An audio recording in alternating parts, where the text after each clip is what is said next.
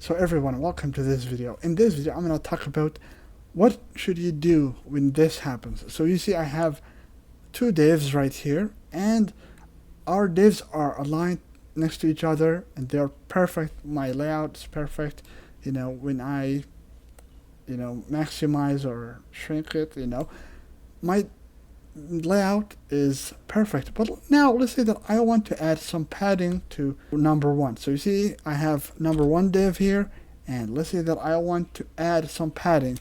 So I'm going to say padding 20 pixels. And when you do that, you'll notice that your website will break. This makes a lot of people angry, and especially if you're new to web design. I know it's just so annoying.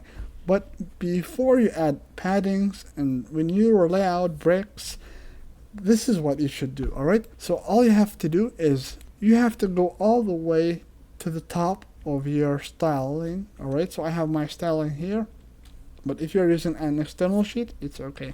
So you are going to the top of your styling and you are going to type in asterisk, alright? So if you press shift number 8, it will add an asterisk. And then you are going to open two curly braces and type in box dash sizing border box.